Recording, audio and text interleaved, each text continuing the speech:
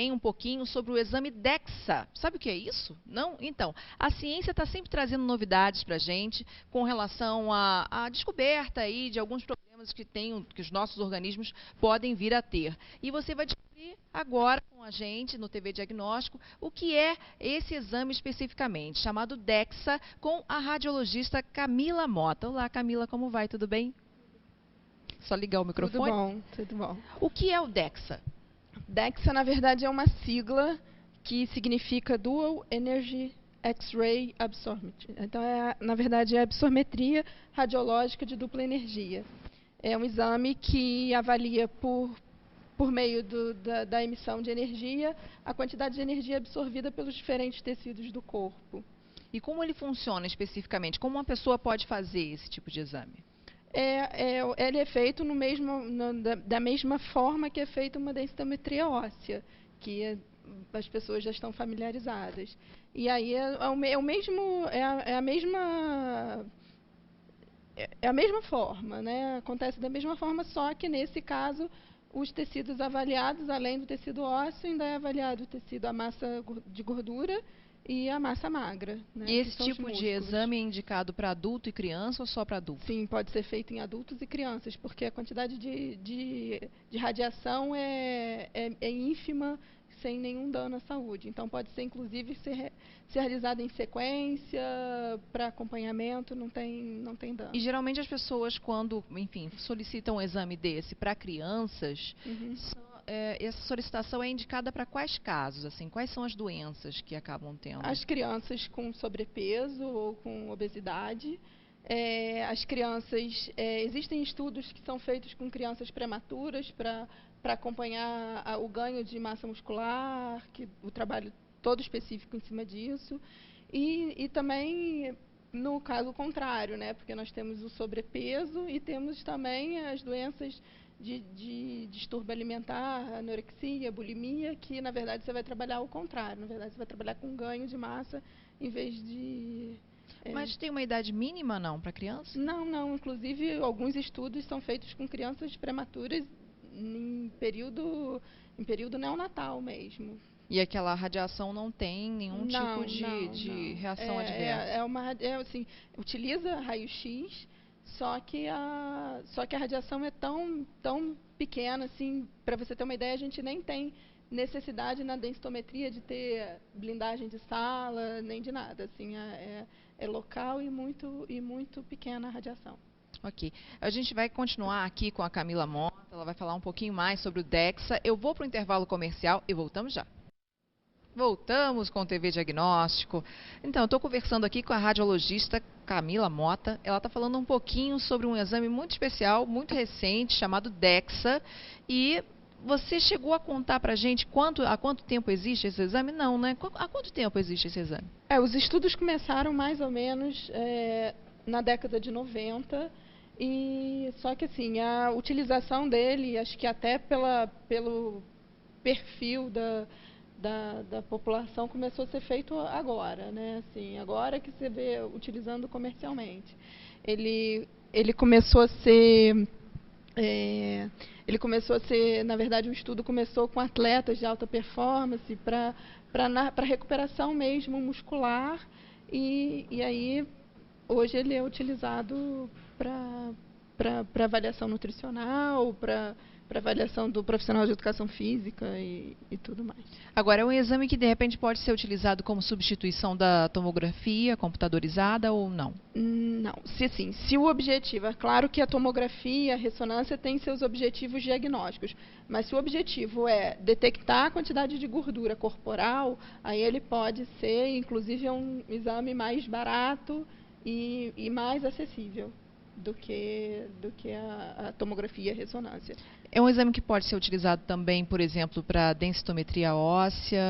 Sim. Para quem tem problema de osteoporose? Sim, é o mesmo exame, só que o foco de análise é diferente dependendo da solicitação. E criança, você estava falando que também pode ser utilizado com crianças, não é? Uhum. E é um exame que, assim, detecta grande quantidade de gordura visceral em crianças. As crianças hoje em dia têm um acúmulo de gordura visceral muito grande? Tem, né? A obesidade infantil na verdade, a obesidade infantil é uma epidemia. E o comportamento do tecido gorduroso é semelhante em crianças e adultos, e a gente vê, inclusive em outros exames, a gente consegue ver estetose hepática e todas as complicações da obesidade também na criança. Bom, os participantes do Peso X também utilizaram esse exame, né? Uhum. Porque o Hospital Santa Teresa é aí um dos apoiadores do projeto. Qual foi a conclusão com relação ao resultado dos exames dos participantes do Peso X? Quer dizer, a grande maioria, se não a totalidade deles, né, apresentaram sobrepeso e outros, alguns na faixa de sobrepeso, outros na faixa de obesidade. E assim, a maior quantidade de gordura, porque o exame ele consegue detectar onde que está a maior, assim, aonde que tem mais gordura no corpo. E aí a gente detectou que a maioria deles tem gordura abdominal mesmo, que é a gordura perigosa, a gordura que aumenta o risco de infarto e derrame e tudo. Aí, nesse caso dos participantes, não teria como se descobrir, quer dizer, só olhar e já perceber esse tipo de coisa. Realmente já tinha que ter se submetido aos exames mesmo. Não, antigamente, assim, antigamente usava-se, né? Antigamente não, ainda se usa a circunferência abdominal como parâmetro, mas esse exame ele te dá mais informação de onde está a gordura e qual e como o profissional de educação física e de nutrição pode trabalhar nisso. Porque existe uma balança também que acaba detectando o índice de gordura visceral, ou não? Sim. E qual é a diferença aí do resultado entre os dois? Não, é porque você pode ter uma pessoa com sobrepeso, você pode ter uma pessoa pesada, mas ela tem, de repente, uma grande quantidade de massa magra. Um atleta, alguém que faz musculação, então ele tem músculo que pesa e na verdade, assim, aí ele entra como obeso, mas na verdade a grande quantidade dele é massa magra. Então você consegue diferenciar o que é massa magra e o que é gordura. E essa é a grande diferença, que você consegue fazer isso realmente, né? Além não só estimar. De quem sofre com obesidade e também osteoporose, tem alguma outra doença que acaba se beneficiando aí com o advento do DEXA ou não? Sim, existe sim o grupo de pacientes que tratam com corticoide, que eles fazem acúmulo de gordura, seria um grupo interessante de se trabalhar. Pacientes crônicos, né, paciente com SIDA, todos os pacientes que você tem consumo tanto de massa muscular quanto de gordura e que você tem que ter o equilíbrio. Então, você consegue fazer o monitoramento da terapêutica, né? Você consegue olhar e fazer a reposição, tudo de forma adequada.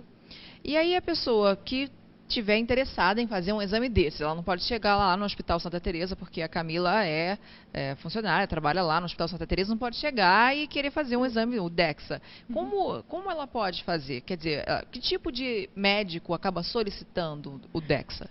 Acho que o DEXA não só médico, né? O profissional de educação física pode solicitar, o profissional de nutrição pode solicitar, e os médicos que solicitam normalmente são os endocrinologistas, os ginecologistas, os ortopedistas, por causa da parte óssea, por causa da parte de recuperação muscular. O fisioterapeuta, na verdade, é um exame que auxilia vários profissionais. Não. E esse exame ele tem um preparo anterior? A pessoa tem que ficar em jejum? A pessoa tem que comer alguma coisa específica? Não, a única coisa que a gente solicita é um jejum de 4 horas. E que o paciente não tenha feito nenhum contraste venoso. Às vezes fez um exame de tomografia, então ele tem que ter qualquer coisa que possa interferir na minha leitura de Remédio não densidade. interfere? Não, remédio só cálcio. Só quando a pessoa faz alguma reposição, aí tem que suspender por 24 a 48 horas antes de fazer o exame. E aí a pessoa tem que fazer um jejum ali de 4 De horas. 4 horas. Ela pode, de repente, até tomar café e esperar umas 4 horas para Sim, depois fazer sim, o exame, sim, né? Não sim. precisa ser um jejum do É, tipo não é um jejum absoluto. acordar e não comer nada. Não, não.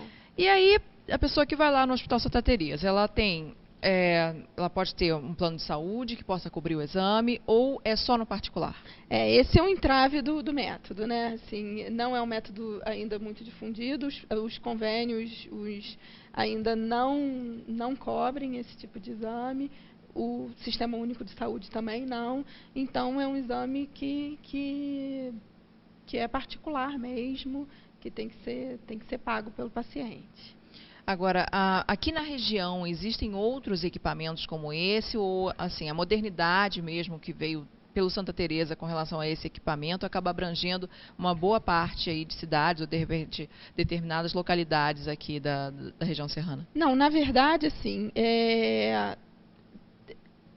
teoricamente, assim, todos os aparelhos de densitometria que fazem densitometria óssea teria condição de fazer essa análise. Os mais modernos têm mais resultados mais fidedignos, e a gente está com um aparelho super moderno, então, assim, e a gente não vê muito esse tipo de exame na cidade. Então, a gente veio trazendo também um pouco do que a tecnologia pode oferecer para a gente, que já estava disponível e a gente só está oferecendo.